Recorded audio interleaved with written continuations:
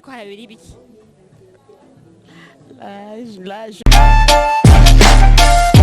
C'est seulement Même le Swahili aussi. on peut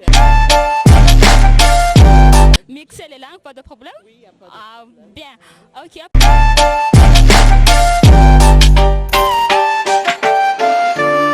Hello guys, umeze neza, ni Kiyago Media TV. Uno munsi twatwishikiye muri Arena, twasanze hari ibintu byinshi bitandukanye. Uyu ni umwe mu bahari muri Arena, shaka kwibaza utuntu dutandukanye ku bintu birakorerwa ngaha. Ni sawa muvyeyi? Ego ni sawa. Umeze neza? Eko. Uko ngaha twamuzishika ngaha muri Arena, sana twabonye bitandukanye, twakubona muvyo kuragira ngaha. Eske ngaha mwodufasha mukatahuza ngaha ariko harabera ibiki? Là, je ne comprends pas tellement bien, mais je suis ici à Rennes pour exposer ma collection pour enfants, pour hommes et pour femmes.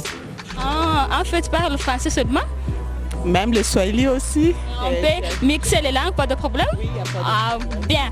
Ok, hapo unasema kama unaweza kwa tutambulisha mzuri kwa sababu kuna watu hawajui Kifaransa. Unaweza ukatutambulisha hapa piko, yani mko mnafanya nini hapa?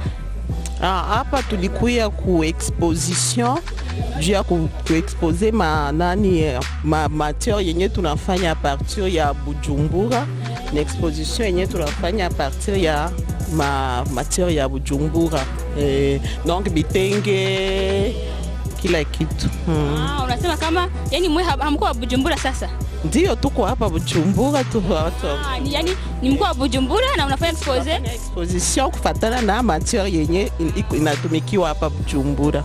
Sasa kufanya expose si piko watu wanatambua expose ni nini, unasikia tu expose. Unaweza kutusaidia kwa kutambulisha mzuri expose iko tu aje? Ni kuya manake tunakuya kuonesha talent zetu, tunakia kuonesha mode na ma création fulani yenye tunafanya a partir ya bitenge, matissu na bituka fulani. Kama piko tofauti gani katikati ya expose na kuchuuza? Yani vendre et exposer. Exposer donc kuchuuza unachuuza, utaweza kuwa nafasi penye unachuuzia, me watu fulani mara mingi hawajui ile nafasi, lakini kama inafika wakati ya exposition unakuya kuexpose pale pour que watu wote wakuje, kila mtu iko invité kwa kukuja kuangalia na biashara. Yani hapa ni kuangalia tu.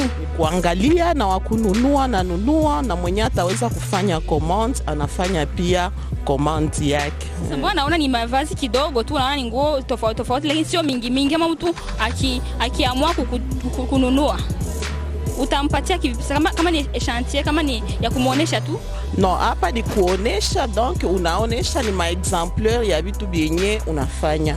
Kama mtu anataka kununua, njoo mtaweza kuyua, ataweza kununua hapa, vitu biko bingi, anaweza kununua hapa na akipenda matière ataweza kukupatia pia commande, unamfanyizia, unampa parce que tuko deja na ma carte de visite pale, mwenye anataka, mwenye swada alikuja, hakuja na hela me alitaka, alipenda, akafurahia, tutaweza tukampa carte de visite na kisha anatutafuta baadaye na anachukua.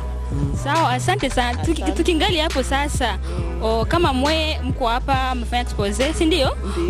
Kwenye centre yenu kwenye mnatumikia ni wapi? Kama mtu akisikia anapenda kanguo ama vitu fulani mnachuuza hapa, yani anaweza kukutana wapi?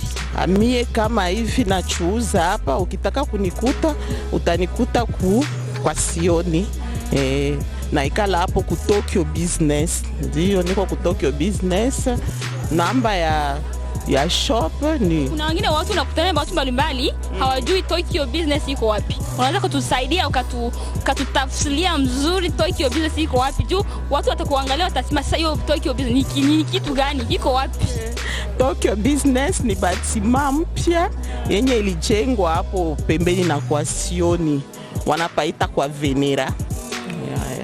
Yani watu wakitaka kuona vitu vyako wanakutana Tokyo Business kwa Sioni kwa Venera. Okay, mnasikia guys, mnamshaka kwa watu wengi Kiswahili. kwa sioni kwa Venera Tokyo Business. Okay, sawa. Asante sana Mary. Asante, nashukuru. Tunashukuru na siku tufundisha Kiswahili cha kwetu Kongo. Ciao, ni Kiago Media TV. Michael and Juliana. Like, share, comment and subscribe. Bye.